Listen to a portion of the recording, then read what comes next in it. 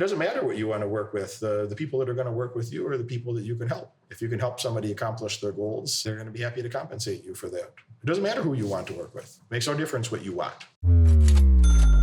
If you don't have $1 million yet, you're living a much lesser life than what could be easily available to you with the right guidance. My head coach has freed up a few spots in his calendar to hold one-on-one strategy calls with the highest quality applicants. If you're doing well already and you're looking to accelerate your momentum and do even better, click the link in the description now and apply for your strategy session. More at the end of this video. Anthony says, Derek, could I ask if you think electronic vehicles will be the future of cars, or whether you think it's just a trendy idea that will not take over?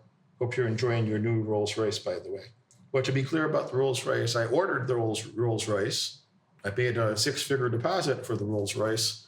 It takes about 8 months to build a Rolls Royce. Is a custom-made vehicle with the exact paint, the exact leathers, the exact veneer, everything that I asked for.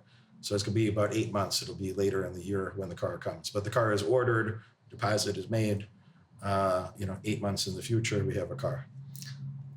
So might next Rolls Royce come to Miami, right? You're still thinking about? Andrei's recommended today that I buy a second Rolls Royce and store it with him. That In my garage. I just leave it for him and his family to use. When I come to his part of the world, he says he promised to pick me up in my extra Rolls Royce. Yep. So I just need to make if I make another 20 million, maybe I do this. Love it. Just need an extra 20 million Please first. make another 20 millions. I'll work on it. I'll see what I can do. Good. I'll see what I can do. Electronic vehicles, it's a tricky situation because you have governments pushing for this all over the world. And it makes no damn sense. It makes no sense. It actually creates more pollution. You're creating environmental, really disasters, mining for the elements, the rare earth minerals they need to create the batteries. And you got children in third world countries digging this shit out of the ground, making terrible messes of the environment there. And then after you make those batteries, then you got to charge them with electricity. Obviously, you have to create electricity to charge them. And the majority of electricity is still coming from they burn natural gas. There's some hydroelectric. There's a little bit of windmills. There's a little bit of solar. A lot of stuff is coming from hydroelectric dams, coming from nuclear, coming from burning natural gas, and a little bit of coal, burning some coal too.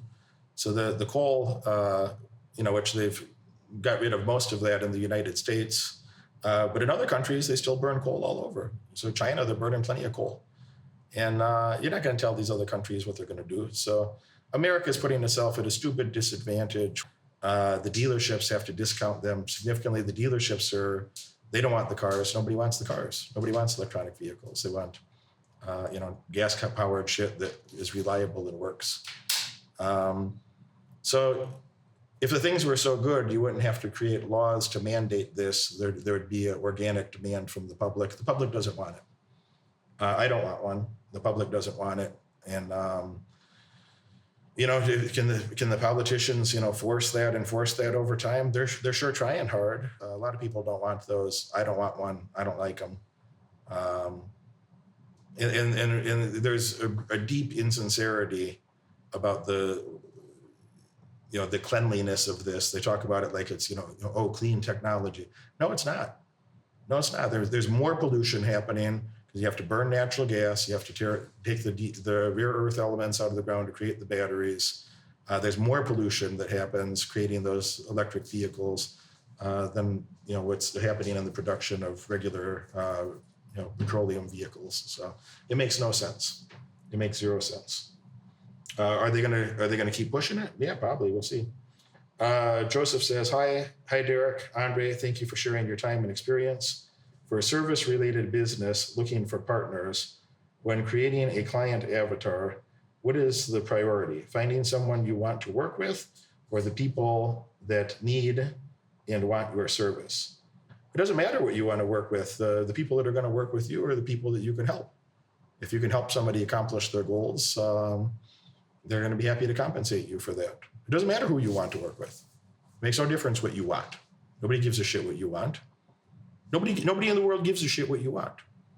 They only care what you can do for them. So the people that you can do the most for, those people if you can create enough value for their life, they're happy to share some of that value back with you. But don't go stumbling around the world with a delusion that somebody else's business gives a shit what you want or who you want to work with. If you can show up and contribute, they're going to be happy to have you, and you'll be well compensated. And that's what, really what matters in the world. If you can do that for a period of time, then you can develop additional relationships. You can have some depth to those relationships and some stability there. But if you're not contributing to begin with, you'll never get your foot in the door. It makes no difference who you want to work with or what you want. Can you imagine going to a gym and you have no talent and no skills and say, I want to work with you? Yeah. Everybody in the world would love to, there's a reason, your gym is it's not open to the public. Yeah. Pro team only. Yeah. It's only for professionals. So these best gyms, the two big gyms down in Florida is, American Top Team and Henry Hoof's gym. Killcliff is called right now, Killcliff Fight Club. They're for professionals only. It's not for normal people. There's, maybe 70 people over at Killcliff. How many people are at ATT? It's quite a lot too, yeah? A lot. It must be something close to 100 I think plus minus, yeah, because like morning wrestling classes usually it's packed. Yeah. They're usually like 3 mats and a cage. It's a lot of people. Yes, it's a big gym, great facilities. Both of those gyms, great facilities, but it's not for the public. It's not for normal people. It's for professionals only. So everybody there is professional. It's already proven that they should be there. And I'm not sure how ATT works, but if you want to go to Henry's gym, you're going to come and try out for a couple of weeks.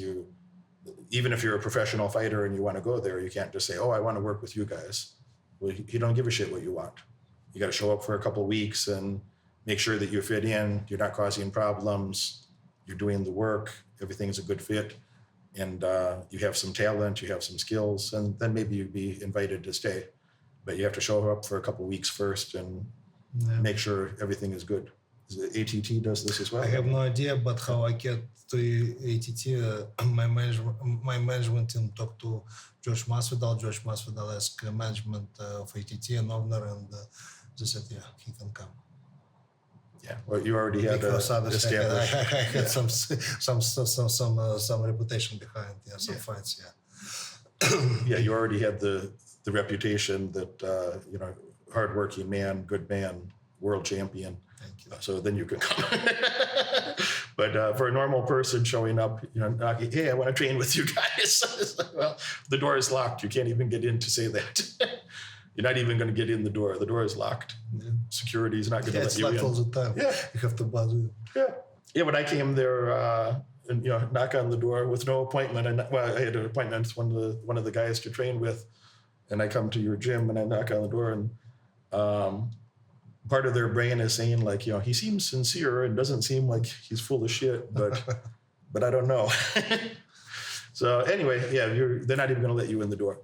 So and all of the business world is going to be this way. So you got to prove yourself. You got to show up and contribute. Nobody gives a shit what you want, but if you go build a reputation, then people will reach out and want to work with you. You watch this video all the way through, and that tells me you're dedicated to learning more and earning far above average outcomes in your life. Congratulations for that. But now it's time to take action. If you could have earned those results by yourself, you would have done it already. My head coach has opened up a few spots on his high-demand calendar for an in-person, one-on-one strategy session to help you. On this call, we'll give you pragmatic advice that you can implement tonight to get laser-focused on the right metrics and leave mediocrity far behind in your past. Click that link right now in the description below and apply for your call immediately. Do it now.